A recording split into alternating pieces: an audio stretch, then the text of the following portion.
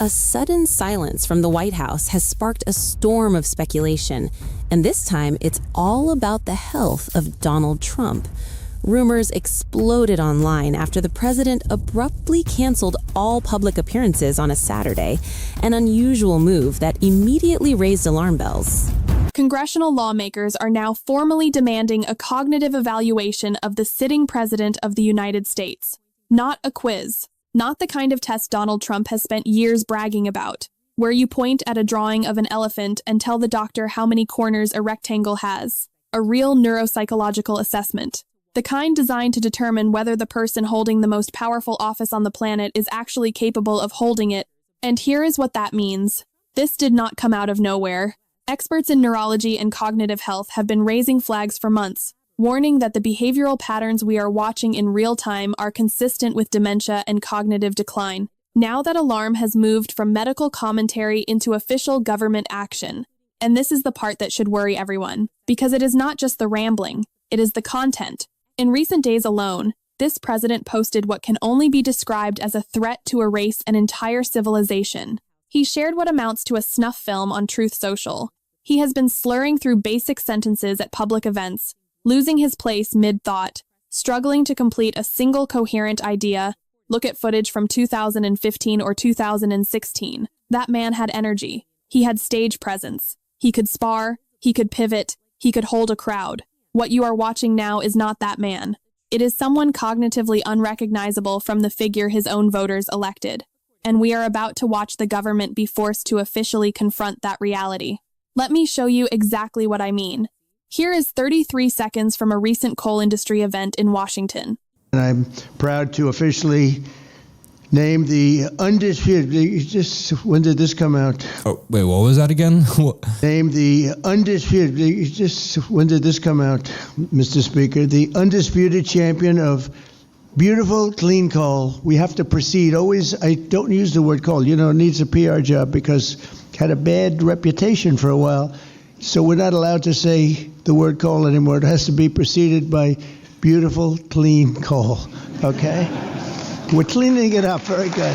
This guy is a shell of a human being. He's not putting forth any actual policy proposals. He is destroying our country on a day-by-day basis. Make sure you drop a like. Make sure you subscribe to the Atomok. That right there is the President of the United States. Not a man with a plan, not a man putting forward policy, a man who cannot locate his own sentence. And that is not a one-off clip.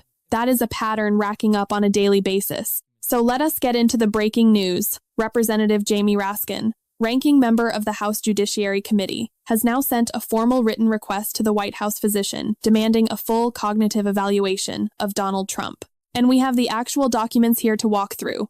The broad framing of the letter is this. Experts have repeatedly warned that the president is exhibiting behavioral patterns consistent with dementia and cognitive decline. In recent days alone, the country has witnessed the president's public statements become increasingly incoherent, volatile, and threatening in ways that go beyond political controversy into genuine public safety concern. And here is the thing. This letter does not mince words. It references a statement from October 2025 inches, which the White House physician declared the president to be in excellent overall health. The letter asks a direct question. In light of everything we have watched unfold over the past week, does the doctor still stand by that assessment? Because if he does, the American people deserve to understand what that assessment is actually based on. The letter lays out 3 specific demands. 1.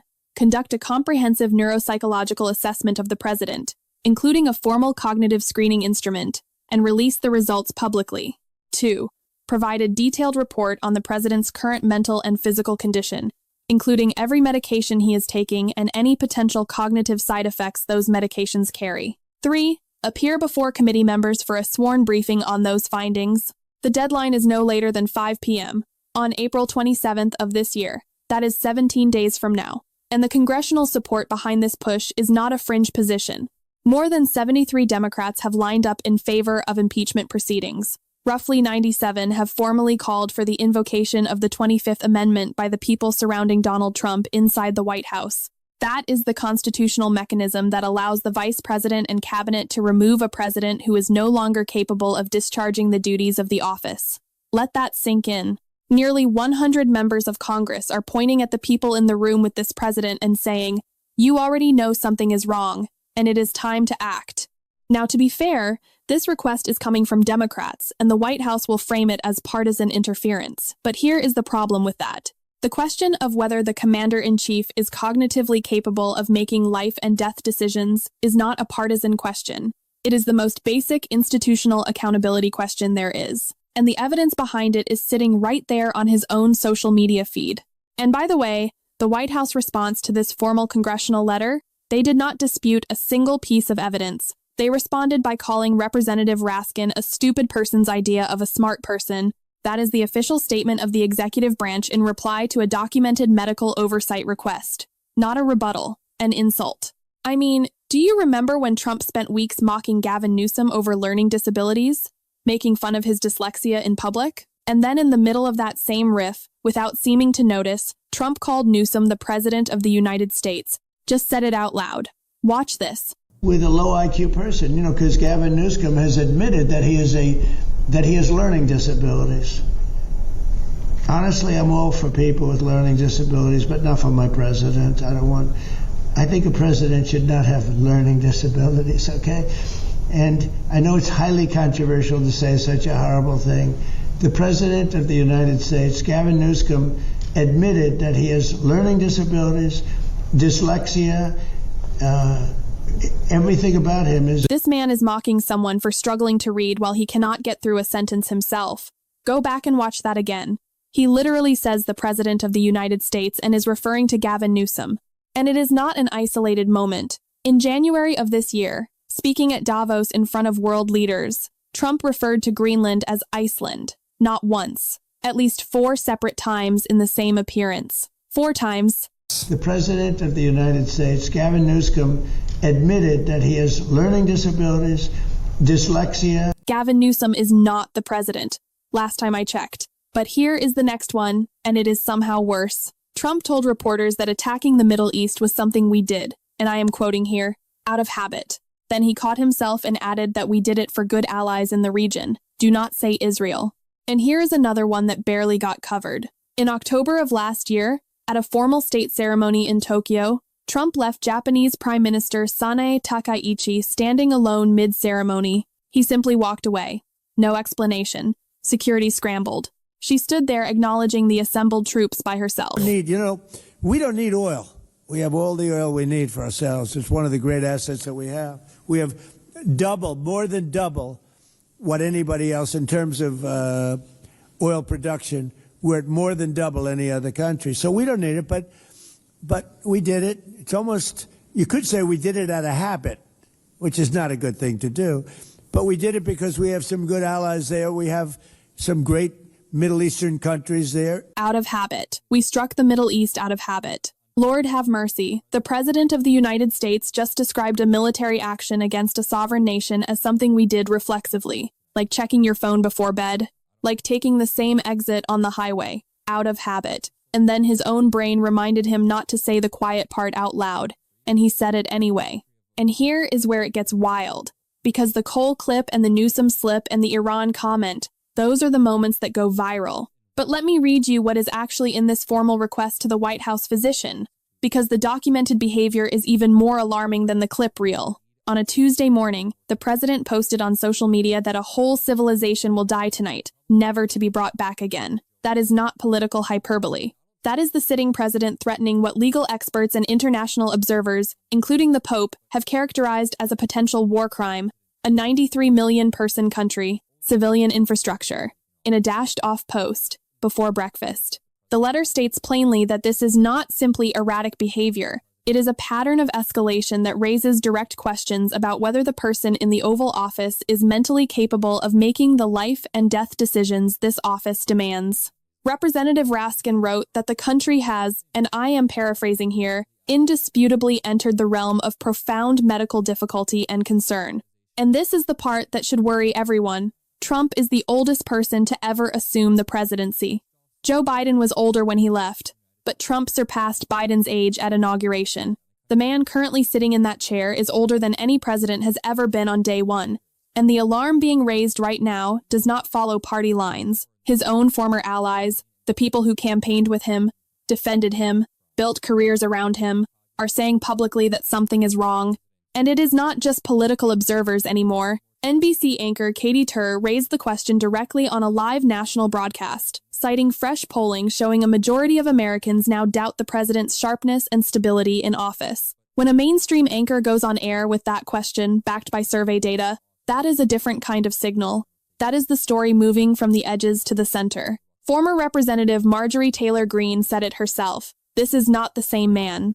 I mean, all the things that happened, we supported him through thick and thin. And that has glued people to think they have to support him through anything and everything. And that's wrong. That's absolutely wrong.